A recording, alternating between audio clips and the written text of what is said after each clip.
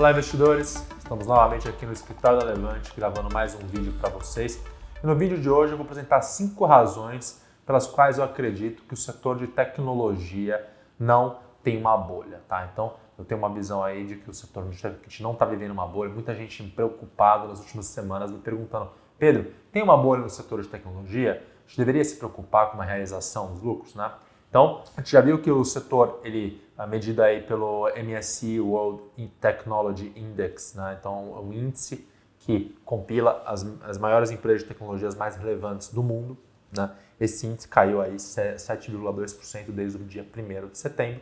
Ele vinha subindo bastante no ano, chegou a subir quase 30%, caiu 7,2% nesse mês. Então, vou trazer para vocês aqui 5 motivos pelos quais eu acredito que o setor de tecnologia não está caro. Então, antes de começar o vídeo, eu queria pedir para você que ainda não está inscrito, se inscrever no canal e dar um like. Vamos lá. Então, pessoal, vocês podem ver aqui, colocando um gráfico para vocês sobre a performance do MSCI World Tech. Tá? Então, isso aqui é a performance do setor de tecnologia mundial, tá? Em relação ao mercado como um todo. Então, a gente vê que o mercado todo medido pelo MSCI World. Tá? Então, a MSCI é uma empresa que faz indexação, ela cria índices para representar setores e indústrias, né? Então, e aqui a gente está comparando a performance do índice de tecnologia global com o índice de mercado global como geral. Então, performando aí 25% melhor do que o índice geral. Tá? Então, falar um pouquinho aqui antes de a gente entrar um pouco mais de detalhes aqui, né? Mostrar para vocês um gráfico sobre a composição desse índice. Então, a gente vê aqui que é um índice principalmente focado em tecnologia de hardware, né? Então, empresas que fazem celular, computador, tem até storage, periférico. Então, periférico a gente pode colocar ali teclado, esse tipo de material, né? Tem outra parte mais relevante do índice é de software, né? De software de sistema, tá? E aí temos outras soluções ali como processamento de dados, semicondutores, aplicativos de software e por aí vai. E a gente vê também que o país que tem mais peso de longe aí no setor é os Estados Unidos. Tá? Passando aqui para as 10 maiores empresas que constituem o índice, em primeiro lugar ali temos a Apple, tá? Com 21,7% do índice. Em segundo lugar, Microsoft, Visa, Nvidia e por assim vamos. Né? Temos ali também Salesforce, Intel, Cisco. Então, essas aqui são as empresas que têm o maior peso dentro desse índice. Tá? Quando a gente olha para a performance do índice, também colocando para vocês aqui, acumulada desde agosto de 2005, a gente vê que o índice performou aí 600, então saímos aqui de uma base, né, de uma base 100, né, o índice performou aí, saiu de 100 para 645,21, tá? E a gente, comparando isso aqui com o resto do mundo, que é esse índice amarelo, que estão vendo na tela de vocês, 277. Então, MSCI World Technology, índice de tecnologia mundial, performando 3 vezes, cerca de 3 vezes melhor, né, vamos dizer assim, do que o índice geral. E aí, quando a gente olha também para os dados de performance mais recentes, né, a gente vê aí que no ano o índice aí subindo 20% a mais, como a gente tinha colocado naquele primeiro gráfico que eu mostrei para vocês aqui no vídeo. Né? Então, o MSCI World, né, MSCI Global, que replica mercados globais, subindo 5% no ano, isso aqui até o final de agosto. Tá? E o índice de tecnologia subindo 33,3%. Tá? Hoje o índice de tecnologia está subindo aí 7% a menos do que ele estava na data, após essa queda aí desde o primeiro dia de setembro desse mês agora. Né? Então, vamos lá. Então, quais são os 5 motivos pelos quais eu acredito que os índices de tecnologia, que as empresas de tecnologia não estão caras? Tá? Então, o primeiro motivo deles é que hoje o setor de tecnologia, muitas pessoas fazem comparação com a bolha.com, né? E quando a gente olha para a bolha.com, a grande diferença que nós vemos é que hoje nós temos um crescimento de lucros muito mais alto dessas empresas do que a gente tinha naquela época. Então, subi mais um gráfico para vocês. Quando a gente compara aqui o setor de tecnologia, né, das empresas que compõem o índice do MSCI de tecnologia, o crescimento dos seus lucros em relação para os próximos 12 meses, em relação ao resto do mundo, a gente vê que hoje o setor de tecnologia está crescendo aí 3 vezes em relação ao resto do mundo, os seus lucros. Tá? Quando a gente está olhando para a bolha.com ali, na década do ano de 2000, o setor de tecnologia está crescendo só a 60% a mais. E a gente pode comparar isso aqui com o gráfico do preço-lucro relativo entre o setor de tecnologia e o mundo como um todo. Então, essa métrica aqui, né, esse outro gráfico que eu estou mostrando para vocês, é a divisão do preço-lucro do setor de tecnologia, do índice de tecnologia global, contra os mercados globais como um todo. Então, a gente vê que chegou a bater mais de 2 vezes o preço-lucro do global na época da bolha.com, enquanto hoje está aí na média histórica, um pouquinho acima da média histórica, em torno de 1,2 vezes. Né? Então, a gente vê ali que lá na época da bolha.com, no ano de 2000, 99, 2000, a gente tinha um prêmio de 120% em relação ao mercado. Né?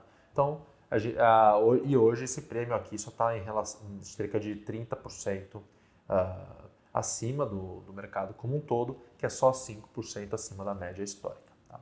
Esse é o primeiro motivo. O segundo motivo é que hoje, quando a gente olha para as empresas de tecnologia, além de elas estar crescendo mais, elas estão com os balanços mais saudáveis. Então, esse gráfico aqui, essa tabela, perdão, mostra para vocês, dentro dos setores do índice global, né, o endividamento medido pela relação dívida líquida EBITDA, então, EBITDA com a ética de geração de caixa operacional das empresas, né? Então, a gente está olhando para a dívida, né, em relação à capacidade de geração de caixa daquela empresa.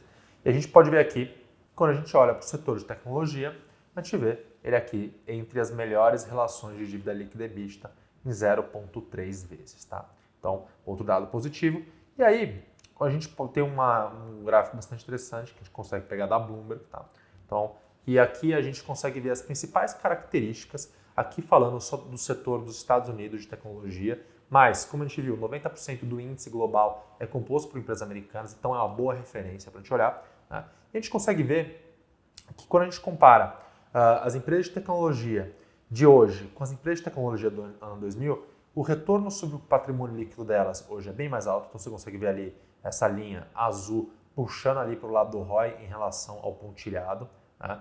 E a outra coisa que a gente consegue olhar também é o beta dessas empresas aqui mais baixo. Então, as empresas de tecnologia no ano 2000 tinham um beta muito mais elevado, então todos os movimentos no mercado. Então, a gente pode pensar que empresas com beta mais alto, né, são empresas com maior nível de risco. Tá? Então, a gente pode pensar no beta como uma medida de risco na fórmula do custo de capital. Né? Ele é um multiplicador do prêmio de risco de mercado, então quanto mais alto o beta, maior o custo de capital que você vai aplicar para aquele desconto do seu fluxo de caixa. E a gente vê também que o beta dessas empresas caiu bastante. Então, são empresas que hoje estão com retorno sobre o capital mais alto, crescimento mais alto, né? Que você também consegue ver nessa imagem que eu estou falando para vocês aqui, na linha azul aqui, o 3, a média de crescimento do lucro, né? Então, o 3-year average EPS growth, ali no canto esquerdo inferior, né? Então, você também consegue ver que, tanto para o lado de rentabilidade, crescimento e risco, as empresas hoje são melhores do que elas eram na época da bolha.com. Tá? É o terceiro motivo porque eu acredito que a gente não tem uma boa tecnologia, é que hoje nós temos um ambiente de juros baixos. Tá? Então, quando a gente olha para o gráfico da relação entre a performance do setor de tecnologia, aqui vamos pegar o índice dos Estados Unidos também como referência, novamente, a gente pode fazer esse paralelo, porque o índice global é composto majoritariamente por empresas americanas. Né? Quando a gente compara os juros americanos, né, os juros americanos aqui do lado direito do gráfico, em escala reversa, ou seja, né, quanto mais alto no gráfico são a linha azul, menor os juros, a gente vê que ambas coisas andam juntas. Né? Então, quando os juros dos Estados Unidos caem, os preços das empresas de tecnologia tendem a subir. Né? Então, a gente vê ali esse gráfico aqui desde 2018. E por que isso? Tá? Acho que a gente pode pensar isso de uma maneira que é o seguinte, que juros mais baixos se traduzem em uma economia mais forte e, portanto, mais demanda por produtos das empresas de tecnologia. E, por outro lado, se traduzem diretamente ali no nosso valuation, na avaliação do preço justo dos investidores. Juros mais baixos viram um custo de capital mais baixo para os investidores também. Por consequência, eles estão dispostos a pagar preços mais altos naquele mesmo ativo. Tá? Então, acho que as principais características, vamos dizer assim, principais consequências de um ambiente de juros mais baixos. E o que a gente vê hoje é que nós temos um ambiente deflacionário. Então, a gente tem hoje algumas tendências estruturais, como as disrupções tecnológicas. Temos também a demografia global, né, de certa maneira. Hoje o mundo está ficando cada vez mais velho. Isso tende a gerar menos pressão inflacionária. Então a gente tem um ambiente hoje com as economias globais mais fracas. Quando a gente olha para os Estados Unidos aqui como principal motor ainda, principalmente olhando para o setor de tecnologia, né, a gente vê lá a inflação rodando a 1,2% esse ano. Para ano que vem, a gente só deve começar a ver essa inflação chegando perto da meta do Banco Central americano, do Fed americano, para lá do terceiro trimestre de 2021. Né? E hoje, com a mudança na metodologia do Fed, que eu falei um pouquinho sobre isso em um dos últimos vídeos que eu fiz aqui no canal, a gente deve ver esses juros se mantendo baixos por mais tempo ainda. Tá? Então, isso tudo muito positivo, que indica que esse ambiente benéfico para as empresas de tecnologia deve continuar. Tá? Aí, o quarto motivo pelo qual nós não tem uma bolha, eu acredito que não tem uma bolha no setor de tecnologia, é porque a tecnologia, em relação aos outros setores, foi menos afetada pelo Covid-19. Então, tem um dado interessante que é relativo aos pedidos de exportação de Taiwan. E quando a gente olha para esses dados, a gente consegue ver que em dólares você tem abrir uma boca de jacaré. Então, em função do Covid, Taiwan, agora no ano de 2020, começou a exportar muito mais produtos relativos à tecnologia, enquanto os produtos, as exportações totais e não tecnologia caíram. Tá? Então, a gente tem uma demanda vindo aí por causa do ensino à distância, por causa do trabalho à distância, então pessoas comprando computador, comprando celulares. Para isso, você precisa também de mais software. Né? Então, as pessoas estão em casa em 2020, no meio dessa pandemia, estão consumindo mais software e mais dispositivos, tecnologia, como eu comentei, computadores, tablets, celulares, esse tipo de coisa. Né? E acaba gerando essa demanda que a gente consegue observar aqui nesse gráfico também. Tá? Então, e além disso, é um setor, né, que, como todos sabem, que está exposto às tendências desse próximo século. Então, a gente tem tendências de inteligência artificial, tem a eletrificação da frota de veículos, tudo isso o nosso setor de tecnologia, né, o setor de tecnologia global está exposto. Tá? E aí o quinto motivo, pelo qual eu acredito que não tem uma bolha, tá? É porque hoje existe uma preocupação grande do mercado em relação às eleições dos Estados Unidos. Então existe a percepção de que se o Biden ganhar as eleições e se o Trump perder, o setor de tecnologia seria mais afetado, porque o Biden tem a tendência a querer aumentar impostos. Tá? Então o que a gente tem acompanhado as pesquisas aqui na Levante, né?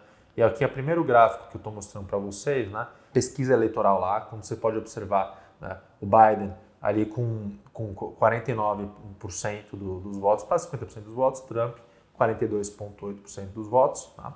Mas o interessante é notar, então a gente, por esse dado, nós estaremos dando uma vitória para o Biden. Né?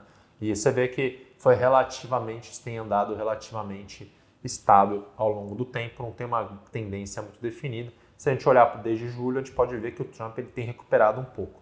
Mas eu acho que o melhor gráfico para a gente dar uma olhada é o gráfico dos sites de aposta. Tá? Então, as pessoas nos Estados Unidos apostando em relação à eleição. Tá? E aqui a gente vê essa tendência da melhoria do Trump realmente é muito mais clara. Então, a gente vê que o Trump teve uma grande melhoria. Nas últimas semanas, as pessoas deixaram de apostar um pouco nele, então caiu um pouco as apostas na sua vitória, mas mesmo assim é uma diferença muito menor do que a gente vê no gráfico anterior e nós acreditamos que esse é o número mais adequado para se olhar nos Estados Unidos. Então, acompanhar aí os sites de aposta que mostram uma tendência interessante. Tá? E aí, qual que seria a principal consequência de uma vitória do Biden? Tá, pessoal? Acho que a gente pode pensar com o Biden como um candidato que tende a querer aumentar impostos. Isso seria ruim para o setor de tecnologia, tá? Mas, ao mesmo tempo, a sua vitória, ele pretende implementar medidas que gerem transferência de renda.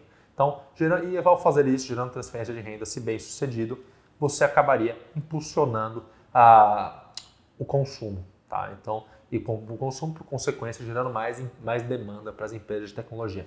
Então, nós acreditamos que, mesmo que exista esse risco, né, a gente coloca isso como um dos fatores pelos quais a gente acredita que não tem uma bolha de tecnologia, é porque mesmo se acontecer do Biden vencer, pode ser que exista um aumento de impostos, que vai ser ruim para as empresas de tecnologia, mas, por outro lado, outras das suas políticas são favoráveis ao setor e, desse modo, a gente acredita que no médio prazo as empresas de tecnologia não devem ser tão afetadas. Por outro lado, a gente tem um ambiente econômico também ainda muito frágil, um desemprego alto. Existe estimativa de que o desemprego deve atingir aí mais de 13% agora no segundo trimestre dos Estados Unidos, né?